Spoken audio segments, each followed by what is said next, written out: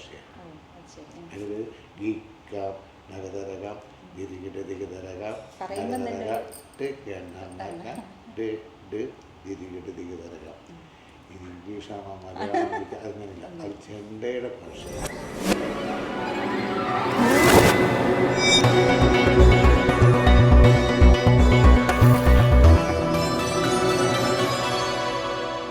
Welcome to 121 media.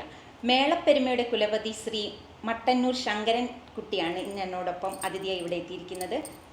നമസ്കാരം ചേട്ടാ. കുറച്ച് വിശേഷങ്ങൾ പങ്കുവെക്കാം അല്ലേ? 8 വയസ്സുള്ളപ്പോഴാണ് അരങ്ങേറ്റം കുറിച്ചുകൊണ്ട് നേരെ 12-ാം വയസ്സിൽ പാലക്കാട് എത്തിക്കൊണ്ടുള്ള ഗാന്ധി സദനം എന്ന വിദ്യാലയത്തിൽ. അതെങ്ങനെയാണ് അതിൻ്റെ അനുഭവം? ജന്മം എന്ന് പറഞ്ഞാൽ കേരളത്തിൽ പഴയ കാലത്ത് ഒരു വിഷയമുണ്ട്. മാരാര് കുടുംബത്തിൽ ജനിച്ചാൽ അവരുടെ ജന്മ അവകാശമാണ് ചെണ്ട എന്നൊരു ചൊല്ലുണ്ട്. ആ കാലം ഞാൻ കാര്യം ഇപ്പോഴും ചെറുപ്പമാണെങ്കിൽ ഞാൻ 70 കൊല്ലം മുമ്പുള്ള കാര്യം ഇപ്പോൾ പറയുന്നത്. ആ കാലത്ത് മാരാര് കുടുംബത്തിൽ ജനിച്ചു കഴിഞ്ഞാൽ അവർ നിൽക്കുന്ന അല്ലെ അവരുടെ വീടുകൾ എപ്പോഴും ഒരു ക്ഷേത്ര സമീപമായിരുന്നു. അപ്പോൾ ആ ക്ഷേത്രത്തിലെ പൂജ കൊട്ട് അതൊരു മാരാര് കുടുംബത്തിൻ്റെ ജോലിയായിരുന്നു. അത് അറിയാതെ എല്ലാവർക്കും അറിയുന്നത്. അങ്ങനെ ഒരു കുടുംബത്തിലാണ് ഞാൻ ജനിച്ചത്. എൻ്റെ അച്ഛൻ ഒരു ബാങ്ക് ഉദ്യോഗസ്ഥനായിരുന്നു, മട്ടന്നൂർ കോപ്പറേറ്റീവ് ബാങ്ക് ജോലിയായിരുന്നു. അപ്പം അച്ഛന് എൻ്റെ ഈ ഒരു കുട്ടിക്കാലത്ത് തന്നെ ഈ അവിടെ ഉത്സവം നടക്കും. എല്ലാ അമ്പലങ്ങളിലും വർഷത്തിലൊരു പ്രാവശ്യം നടക്കുന്ന ഉത്സവത്തിൽ അവിടെ വലിയ പ്രഗത്ഭരായ വാദ്യക്കാരൊക്കെ വരും. അപ്പോൾ അവരുടെ പിന്നെ പോയിട്ട് അവരുടെ നോക്കി അന്തം കൊണ്ടിരിക്കുന്ന ഒരാളെ ഞാൻ ഇല്ല ഒരു പയ്യൻ. അപ്പം അച്ഛൻ്റെ ഒരു കാഴ്ചപ്പാട് ചെണ്ട കൊട്ടി പഠിപ്പിച്ചാൽ നേരെ നിർത്തുന്നത് അന്ന് തോന്നി, എനിക്കറിയില്ല. പക്ഷെ അതിനോടൊപ്പം തന്നെ ഭയങ്കര ഉറക്കത്തിൽ ഭ്രമം പിടിച്ചുകൊണ്ടിട്ടുള്ള ഒരു കുട്ടിയായിരുന്നെന്നും കേട്ടിട്ടുണ്ട്. അതെ, അത് നമ്മളറിയാത്ത ചില വിഷയങ്ങളാണ്. അത് നമുക്ക് ജന്മനാ നമ്മൾ ഒന്ന് ഭവിക്കുന്ന ഒരു കാര്യമാണ്. അപ്പോൾ ചെണ്ടകൊട്ട് എനിക്ക് ഇഷ്ടമാണെന്നുള്ള രീതിയിൽ പറഞ്ഞു അച്ഛനത് കണ്ടെത്തി എന്നെ കുട്ടി പഠിപ്പിച്ചു. 8-ാമത്തെ വയസ്സിൽ തായമ്പക എന്നൊരു വിഷയം അത് കുട്ടി അരങ്ങേറ്റം കഴിഞ്ഞു. പിന്നീട് 12-ാമത്തെ വയസ്സിൽ ഇത് ഞാൻ ജനിച്ചത് കണ്ണൂർ ജില്ലയാണ്. പിന്നെ പറഞ്ഞേക്കുന്നത് പഠിക്കാൻ വേണ്ടി ചെണ്ടകൊട്ട് പഠിക്കാനും സ്കൂൾ പഠനമായിട്ട് പേരൂർ ഗാന്ധി സേവാ സദൻ ആ സ്ഥാപനത്തിൽ കൊണ്ടുപോയി ചേർത്തു. അത് കഥകളി ചെണ്ട പഠിക്കാൻ. അങ്ങനെ 7-ാം ക്ലാസ്സിൽ ചേർത്ത് 4 കൊല്ലാണ് കോഴ്സ്. അങ്ങനെ 4 കൊല്ലം അവിടെ കഴിഞ്ഞ് കോഴ്സ് കൊട്ടിനും ഇതൊക്കെ പാസ്സായി. പിന്നെ അവിടുന്ന് ചെണ്ട കൊട്ടിയിട്ട് മാത്രമാണ് ഈ നിമിഷം വരെയുള്ള ജീവിതം. പണ്ടൊക്കെ എന്ന് പറയുന്നത് ഈ കഥകളിയിൽ തായമ്പക മേളങ്ങൾ കഥകളിക്കൂട്ട് അതൊക്കെയായിരുന്നല്ലോ ചെണ്ടയിൽ പ്രധാനം. ഇപ്പോൾ അതൊക്കെ മാറിക്കൊണ്ട് എന്താ പറയുക ചെണ്ടൻ ഫ്യൂഷൻ അല്ലേ, ഫ്യൂഷനിൽ വരെ എത്തി നിൽക്കുന്ന ഒരു കാലമാണ്. അതിനെ എങ്ങനെയാണ് ഈ 2 വ്യത്യാസവും കാണുന്നത്? ഫ്യൂഷൻ എന്ന് പറഞ്ഞാൽ നമ്മളും ഒരു ഇപ്പം സാധാരണ നമ്മൾ കേരളത്തിലുള്ള ഭക്ഷണ സാധനങ്ങൾ സാമ്പാർ മാത്രം ഉണ്ടാക്കിയിട്ടുള്ള ശീലം. അപ്പം അതിൻ്റെ കഷ്ണമൊക്കെ ഇട്ട് ഒന്ന് നോക്കാം, അത് പുളിശ്ശേരി വെച്ചാൽ എങ്ങനെ ഉണ്ടാവാം ശ്രമിക്കാമല്ലോ. അതുമായി നമ്മൾ കേൾക്കുന്ന സാധാരണ കൃത്യമായിട്ട് കൊണ്ട് നടക്കുന്ന രൂപം ചെണ്ട എന്ന് പറഞ്ഞാൽ തായമ്പക മേളം കഥകളി ചെണ്ട, അതല്ലാണ്ട് മറ്റ് ഉപകരണങ്ങളോടുകൂടി അതായത് മൃദംഗം തബല ഇത്തരം ഉപകരണങ്ങളോടുകൂടി എങ്ങനെ ഈ ചെണ്ടയെ ചേർക്കാൻ പറ്റുന്നത് ഒരു കണ്ടെത്തൽ എനിക്കിഷ്ടമായിരുന്നു. അന്ന് ആൾക്കാരൊക്കെ പറയാറുള്ളത് ശരിയല്ല. പക്ഷേ ശരിയല്ല എന്ന് പറയുന്ന സാധനം അത് നമ്മൾ ചെയ്ത് കഴിഞ്ഞ് ലോക ജനങ്ങൾക്ക് അത് ഇഷ്ടമായി കഴിഞ്ഞാൽ അത് ശരിയായി മാറും. നമ്മൾ എന്ത് ചെയ്താലും അത് ആവശ്യക്കാർക്ക് ഇല്ലേ ജനങ്ങൾക്ക് അത് ഇഷ്ടമായി കഴിഞ്ഞാൽ അത് മാത്രമേ നിലനിൽക്കുകയുള്ളൂ. ഇപ്പം ഒരുപാട് ചെറിയ കുട്ടികളെയും മുതിർന്നവരും ഒക്കെ മാഷിൻ്റെ കീഴിൽ പഠനത്തിന് വരുന്നുണ്ട്. അതിൽ മാഷിന് ഏറ്റവും ഇഷ്ടം മുതിർന്നവരെ ചെണ്ട പഠിപ്പിക്കുക അങ്ങനെ ചോദിക്കാൻ പാടില്ല ഒരു ഗുരുവിനോട്. എന്നാലും അങ്ങനെ ഒരു ഇതുണ്ടാവല്ലോ. ഈ പ്രായം, ഞാൻ ഉദ്ദേശിക്കുന്ന പ്രായം ഇതിനൊരു അടിസ്ഥാനമാണോ ചെണ്ട പഠിക്കുന്നതിൽ? പ്രായം ഇതിനൊരു വിഷയമേ അല്ല എൻ്റെ. പിന്നെ മുതിർന്നവർ ചെറിയവർ അങ്ങനെയില്ല. എന്നെ സംബന്ധിച്ച് പഠിക്കാൻ വരുന്നവർ അത് 80 വയസ്സായാലും 2 വയസ്സായാലും രണ്ടും ഇഷ്ടപ്പെടുന്ന ഒരാളാണ്. പക്ഷേ ഇപ്പോൾ നമുക്ക് സാധാരണ ഇപ്പോൾ ഞാൻ ചെയ്യുന്നത് ഇപ്പോൾ സ്കൂളിൽ 1-ാം ക്ലാസ് പഠിപ്പിക്കാനാണ് ഏറ്റവും വിഷമം. കാരണം കുട്ടികളെ വിളിച്ചിരുത്തി കൃത്യമായിട്ട് അവർക്ക് പറഞ്ഞു കൊടുത്ത് ഇതാണ് അവരുടെ അടിത്തറയാണിത്. അതെ അടിത്തറ പാവൽ ഇപ്പം ഞാൻ ചെയ്യാറില്ല. ഇപ്പോൾ പോസ്റ്റ് ഗ്രാജുവേഷനുള്ള ആൾക്കാർക്ക് അങ്ങനെയാണ് സാധാരണ സ്കൂൾ അതേ രീതി തന്നെയാണ് ചെണ്ട കൊട്ടുന്നത്. അത് കൃത്യമായിട്ട് അനലൈസ് ചെയ്ത് പഠിപ്പിക്കുന്ന ഒരാളാണ്. അപ്പോൾ കുട്ടികളെ പഠിപ്പിക്കാനാണ് വിഷമവും സുഖവും. അതെ, മാഷിന് എന്താ പറയുക, കുറച്ചും കൂടി കംഫർട്ട് സോൺ എന്ന് പറയുന്നതും അത് തന്നെയായിരിക്കും. കംഫർട്ടാണല്ലേ. കുട്ടികളുടെ കുടുംബത്തരവും അതുണ്ടാവില്ല. അത് ഇഷ്ടത്തോട് നമുക്കൊരു ഈ മെച്യൂരിറ്റി വന്നു കഴിഞ്ഞാൽ നമുക്കിതെല്ലാം മനസ്സിലാക്കാനുള്ള കഴിവ് വേണം. ഒരു കുട്ടീനെ എങ്ങനെ അവൻ ഏത് വിഷയത്തിൽ ഏത് ലൈനിൽ കൂടി പഠിപ്പിച്ചാലാണ് നേരെയാവുക എന്നുള്ളൊരു കണ്ടെത്തൽ നമുക്ക് ആദ്യം ഉണ്ടാകും. അപ്പോൾ അത് സുഖമായി മാറും. നമുക്ക് വീണത് വിദ്യയായിട്ടെടുക്കാമെന്ന് ഒരു പഴയ ചൊല്ലുണ്ട്. അത് എല്ലാത്തിനും ബാധകമാണ്. അത് കുട്ടികളാണെങ്കിൽ അവരുടെ ഇഷ്ടമനുസരിച്ച് പഴയ കാലത്ത് ആ ചോദ്യത്തിലുള്ള വേറൊരു പ്രധാന വിഷയം എന്ന് വെച്ചാൽ പഴയ കാലത്ത് ഇതൊക്കെ ഒന്ന് കഴിഞ്ഞ് രണ്ടാമത്തേന് ഈ ഗുരുനാഥൻ കുട്ടീനെ തല്ലി പഠിപ്പിക്കുകയാണ് സ്കൂളിലടക്കം ഉണ്ട്. പക്ഷേ ഇപ്പോൾ അത് മാറി. ഇപ്പം നിയമപ്രകാരം തന്നെ ചെയ്യാൻ പാടില്ല. ആ നിയമം വന്നു. കാരണം അത് ഭയപ്പെടുത്തേ ഉള്ളൂ. നിങ്ങൾ ഇഷ്ടമായിട്ട് ചെയ്യണം ഒരു പ്രവൃത്തി. അപ്പോൾ മാത്രമേ അതിൻ്റെ സുഖവും വൃത്തിയുണ്ടാവും. പിന്നെ ആത്മാർത്ഥമായിട്ട് അങ്ങോട്ടും ഇങ്ങോട്ടുള്ള സ്നേഹം. ഇപ്പം ഞാൻ പഠിപ്പിച്ചൊരു കുട്ടി എന്നെ കണ്ടാൽ ഓടിക്കളഞ്ഞാൽ ഈ തല്ല് അയ്യോ ഇത് പണ്ട് പഠിച്ചു അയാളെ മുന്നിൽ നിൽക്കാൻ പാടില്ല. അതല്ല നമ്മൾ ചെയ്യേണ്ടത്. കുട്ടികൾ എന്നും എൻ്റെ കൂടെ വേണം, എൻ്റെ കൂടെ വേണം പഠിപ്പിക്കാമെന്ന് അത്തരം മനോവിചാരം ഉണ്ടാക്കാനുള്ള ശ്രമമാണ് ചെയ്യുന്നത്. അതെ, ഒരുപാട് അവാർഡുകൾ കിട്ടിയിട്ടുണ്ട് മാഷിന്. പക്ഷേ 2009 കേന്ദ്ര സർക്കാർ പത്മശ്രീ പുരസ്കാരം നൽകി ആദരിച്ചു. അതെന്ന് പറയുന്നത് കേരളക്കര ഒന്നാകെ അഭിമാനത്തിൻ്റെ ഒരു നിമിഷമായിരുന്നു. പ്രത്യേകിച്ച് കേരളത്തിൻ്റെ ഒരു കലാരൂപമായ ചെണ്ടയ്ക്ക് കിട്ടുന്നത് എനിക്ക് തോന്നുന്നു ആദ്യം തന്നെയാണ്. എന്തായിരുന്നു അതിലേക്കുള്ള ഒരു യാത്ര? അതിലേക്കുള്ള യാത്ര നമ്മുടെ പ്രവൃത്തി. എൻ്റെ ജീവിതത്തിൽ ജനങ്ങളെ ഏൽപ്പിച്ചതും ഞാൻ ഇഷ്ടമായിട്ട് കൊണ്ടു നടത്തുന്നു ഈ പറഞ്ഞ ഉപകരണം കേരളത്തിൻ്റെ ഉത്സവ ബിംബമാണ് ചെണ്ടാന്ന് മഹാകവി പറഞ്ഞത്.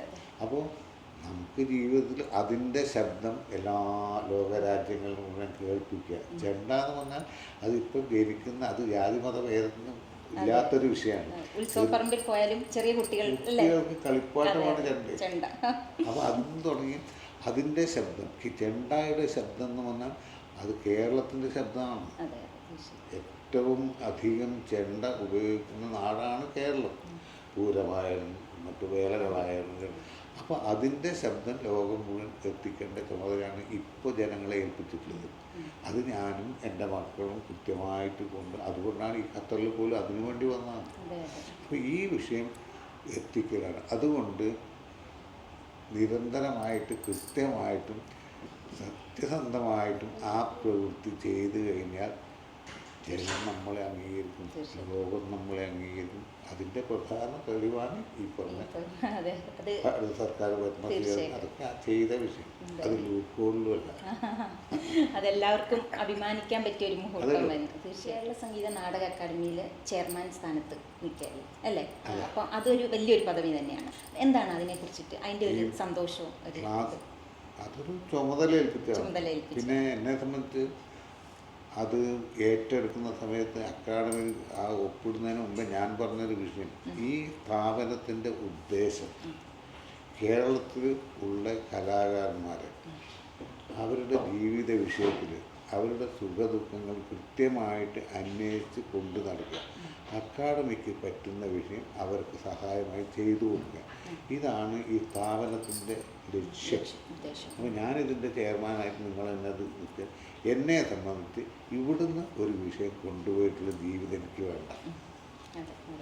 അതുകൊണ്ട് ഞാൻ ഈ ചുമതല ഏറ്റു കഴിഞ്ഞാൽ കൃത്യമായിട്ട് എന്താണോ ഇതിൻ്റെ ലക്ഷ്യവും ഉദ്ദേശം അത് മാത്രമേ ഞാൻ ചെയ്യുള്ളൂ പറഞ്ഞതിന് ശേഷം ഒപ്പിട്ടു. അത് ഇപ്പോഴും തന്നെ ചെയ്യുന്നു.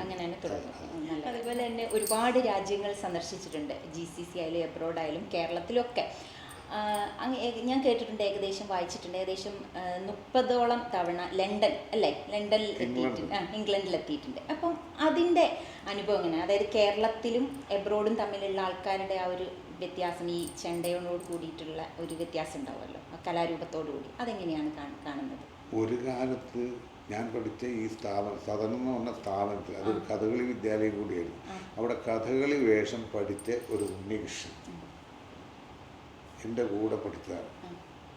കോഴ്സ് കഴിഞ്ഞ ശേഷം ഉണ്ണികൃഷ്ണൻ കഥകളി അല്ലാതെ മദ്രാസിലുള്ള കലാക്ഷേത്രം സ്കൂൾ ഓഫ് ഡാൻസ് അവിടെ പോയിട്ട് അദ്ദേഹം ഭരതനാട്യത്തിൽ പഠിച്ച് അതിൻ്റെ സർട്ടിഫിക്കറ്റ് അങ്ങനെ ഒക്കേഷനിൽ അങ്ങോട്ട് ലണ്ടനിൽ പോകാനൊരു അവസരം അങ്ങേർക്ക് കിട്ടി. അവിടെ ചെന്ന് ഇതിപ്പോൾ ഈ കൊണ്ടുപോയ അവരുടെ പേര് പുഷ്കല ഗോപാലൻ, അവരവിടെയാണ് താമസം ലണ്ടനിൽ. അവരവിടെ ഒരു ഡാൻസ് സ്കൂൾ തുടങ്ങാൻ പറ്റുമെന്ന് ഉണ്ണികൃഷ്ണൻ വിളിച്ചു. അങ്ങനെ ഉണ്ണികൃഷ്ണൻ അധ്യാപകനായിട്ട് അവിടെ ഡാൻസ് സ്കൂൾ തുടങ്ങി. അവിടെ അത് കഴിഞ്ഞ് ഒരു കൊല്ലം കഴിഞ്ഞപ്പോൾ ആ സമയത്ത് എന്നെ ഓർമ്മ വന്നു, എന്നെ ശങ്കരേട്ട ലണ്ടനിലേക്ക് വരാൻ പറ്റുമോ? വരാൻ പറ്റും, കാരണം നമ്മൾ ദാരിദ്ര്യത്തിൽ റൂട്ടിൽ നിൽക്കുന്നവരാണ് ആ കാലത്ത്. ഇപ്പോൾ ലെവലേഴ്സില്ല. അപ്പോൾ ലണ്ടനിൽ എവിടെ അതെ. അപ്പോൾ അങ്ങനെ പോയി. അപ്പോൾ കഥകളി പഠിച്ചുകൊണ്ട് അത്യാവശ്യം കഥകളി വേഷമില്ലാത്ത ചൊല്ലിയാട്ടം എന്നാണ് പറയാം, അങ്ങനെയുള്ള കഥകളിക്ക് ചെണ്ട കൊട്ടുക, ഡാൻസ് ഞാൻ ഇടയ്ക്കും കൊട്ടി. അപ്പോൾ അങ്ങനെ ആദ്യത്തെ അങ്ങനെ ചുരുങ്ങിയത് ഈ അവരുടെ സ്ഥാപനത്തിന് വേണ്ടി മാത്രം ഒരു 18 കൊല്ലം പോയിട്ടുണ്ടാവും. എല്ലാ കൊല്ലത്തിലും പോകും. പോയിട്ടൊരു 3 മാസം അവിടെ താമസിച്ചു. ലണ്ടനിലെ ഏറ്റവും വലിയ എയർപോർട്ടാണ് ഹീത്രോ. ഹീത്രോ ഇറങ്ങിയിട്ട് നടന്നു പോകാൻ മട്ടന്നൂർ എനിക്ക് ഇത്ര പരിചയമില്ല, അത്ര പരിചയമാണ്. അങ്ങനെ ഒരുപാട് പ്രാവശ്യം യാത്രകളുണ്ടായി. പിന്നെ അതൊരു വലിയൊരു അനുഭവം. അത് കഴിഞ്ഞ് ഞാനും മക്കളും എൻ്റെ പ്രായം ചെയ്ത് ഇപ്പം ഈ പറയുന്ന ഈ ജൂൺ 7-ാം തീയതി വരാൻ പോകുന്നു. ലണ്ടനിലാണ് പരിപാടി. 250 മേളക്കാരെ വെച്ചിട്ട് കൊടുക്കുകയാണ്. കേരളത്തിൽ നിന്ന് ഒരാളെ വിനോദ് നവധാര അങ്ങോട്ട് ലണ്ടനിൽ പോയിട്ട് ഓൾ ഓവർ ഇംഗ്ലണ്ടിൽ ക്ലാസ്സാണ് ചെണ്ടയുടെ. കഴിഞ്ഞ വർഷം ഞാൻ പോയിരുന്നു. ജയറാം ഉൾപ്പെടെ ഞാനാണ് പഠിപ്പിച്ചത്. അത് അദ്ദേഹത്തിന് ഇതിനുള്ള താല്പര്യം. അങ്ങനെ എന്നെ കാണാനിടയായി വന്ന് ചോദിച്ചു, അങ്ങനെ പഠിക്കാൻ. അങ്ങനെയാണ് അതുണ്ട്. അപ്പോൾ ഈ ലണ്ടനിൽ നടക്കുന്ന വിനോദ നവതാര എന്നെ അങ്ങോട്ട് പഠിപ്പിക്കുന്ന കുട്ടികളെ വെച്ചിട്ട്, കുട്ടികളെ ഒരു വലിയവരും പഠിക്കുന്നവരൊക്കെ കുട്ടികളാണ്. ഞാനും കുട്ടിയാണ്, അപ്പം അങ്ങനെ പോയി. അവിടെ കഴിഞ്ഞ വർഷം അടുത്ത മലയാളത്തിൽ ഏകദേശം 250ഓളം സ്ത്രീകളും പുരുഷന്മാരും എല്ലാവരും ഉണ്ട്. അങ്ങനെ ഒരു മേളം കൊട്ടിയിട്ടാണ് കഴിഞ്ഞ കൊല്ലം ഞങ്ങൾ വന്നത്. ഈ വരുന്ന ജൂൺ 7-ാം തീയതി വീണ്ടും പോകാൻ പോകും. അത് വലിയൊരു പരിപാടി. നമ്മൾ എന്തിനാണോ ഏർപ്പെടുന്നത് അത് വളരെ ഭംഗിയായിട്ട് സത്യസന്ധമായി കൃത്യനിഷ്ഠയോടുകൂടി നടത്താൻ നമുക്ക് പറ്റില്ല. നമ്മുടെ പ്രാർത്ഥന അതിനാ വേണ്ടത്. തീർച്ചയായിട്ടും അത് പിന്നെ ബാക്കിയുള്ള ഈശ്വര വിശ്വാസം എന്നൊക്കെ പറഞ്ഞാൽ നിങ്ങൾക്ക് നിങ്ങളുടെ ഇഷ്ടമാതിരി ഈ ഈശ്വര വിശ്വാസം എന്നെ തന്നെ ഈ സത്യസന്ധത കൊണ്ടെടുക്കുക. അതാണ് പിന്നെ മക്കളുടെ കാര്യം പറഞ്ഞല്ലോ, മക്കൾ രണ്ടുപേരും ഇതിലേക്ക് എങ്ങനെയാണ് വരാനുള്ള? ആൺകുട്ടികൾ 2 പേര്, മട്ടന്നൂർ ശ്രീകാന്ത്, മട്ടന്നൂർ ശ്രീരാജ് എന്നാണ് അവരുടെ പേര്. അവർക്ക് താഴെ ഒരു അനിയത്തിയുണ്ട്, അവരുടെ പേര് ശരണ്യ. എല്ലാം എസ്സിൽ തുടങ്ങുന്ന പേരാണ്. കുട്ടികളും അവരുടെ വിദ്യാഭ്യാസമൊക്കെ കഴിഞ്ഞു. ആ സമയത്തൊക്കെ ഞാനിങ്ങനെ കൊട്ടി നടക്കൽ, അതാണ് എൻ്റെ ജോലി. ഒരുപാട് വിദേശ രാജ്യങ്ങളിൽ പോകുന്നു. വലിയ പ്രാരബ്ധങ്ങളുണ്ട്. അവരെ ഞാൻ ഇതൊന്നും അറിയത്തില്ല കാര്യം.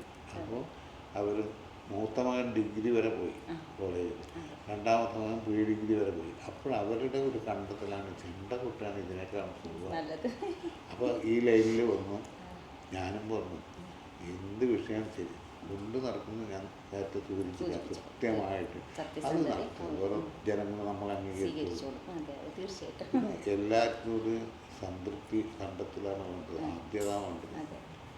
പിന്നെ നമ്മളിപ്പം കുറേ കാര്യങ്ങൾ പറഞ്ഞു. അപ്പം നമ്മളെടുത്ത് ചെണ്ട ഇരിപ്പുണ്ട്, എന്തെങ്കിലും ഒരു ഇത് നമുക്ക് വേണ്ടി, പ്രേക്ഷകർക്ക് വേണ്ടി തീർച്ചയായും ചെയ്തു തരാം. അത് വിഷയം എന്ന് പറഞ്ഞാൽ ചെണ്ട കൊട്ട് പഠിക്കുമ്പോൾ ആദ്യം തുടങ്ങുന്നുണ്ട്. നമ്മുടെ കേരളം ഇത്തരം ശാസ്ത്രീയമായിട്ടുള്ള കലകളെല്ലാം പഠിക്കുമ്പോഴും ഒരു വിശ്വാസത്തിൻ്റെ ഭാഗമെന്നോണം ഗണപതിനെയാണ് വന്ദിക്കുന്നത്. അതായത് ഗണപതിയാണ് സർവ്വ വിഘ്നങ്ങളും തീർത്ത് രക്ഷിക്കുന്ന ആളെന്നൊരു വിശ്വാസമുണ്ട്. അപ്പോൾ ചെണ്ടയിലും ആദ്യം ഗണപതി കൈന്നായിന് പറയാം. അത് പഠിപ്പിച്ചു തുടങ്ങി. അതിൻ്റെ വായ്ത്താരി ലോകത്തിൽ എവിടെയില്ലാത്ത ഭാഷയാണ്. അതിൽ ഗി ക നഗതരകം ദിരികിട ദിഗതരകം പറയുമ്പം തന്നെ നഗതരകം ട് ഗണനക ഡ് ഡ് ദിരികിട ദിഗതരകം. ഇത് ഇംഗ്ലീഷാണോ മലയാളം അങ്ങനെയില്ല, അത് ചെണ്ടയുടെ ഭാഷയാണ്. അത് ഞാൻ കുട്ടി കാണിച്ചു തരാം. അതെങ്ങനെയാണ് കുട്ടികൾ ഗി കം നഗതരകം ഗി കം നഗതരകം ഒന്ന് പറയും ഗി കം നഗതരകം.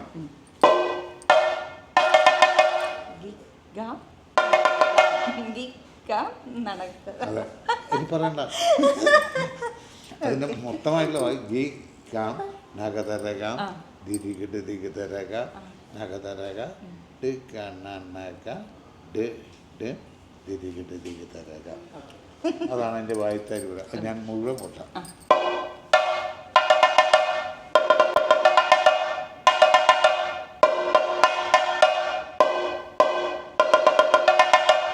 ഇതാണ് എൻ്റെ വായിത്തരി. എനിക്ക് നിങ്ങൾ ഒരു ആളിങ്ങനെ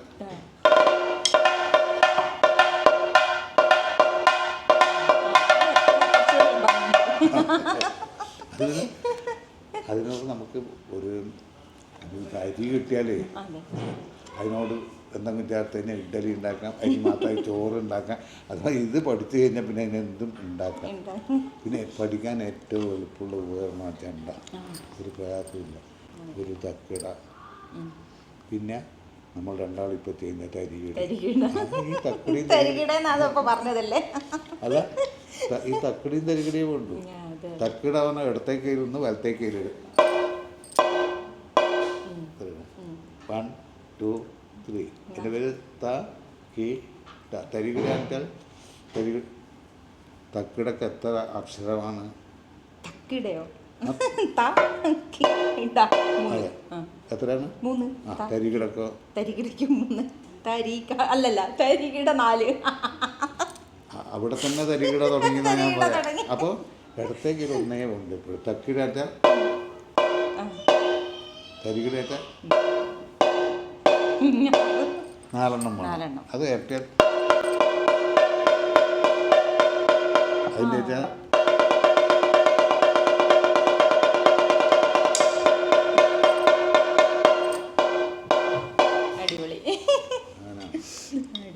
ആ തരികടയും തക്കടയും കൊണ്ടാണ് പെണ്ണുമകളെ ഈ ലോകം മുഴുവൻ ഞങ്ങൾ സഞ്ചരിക്കുന്നത്.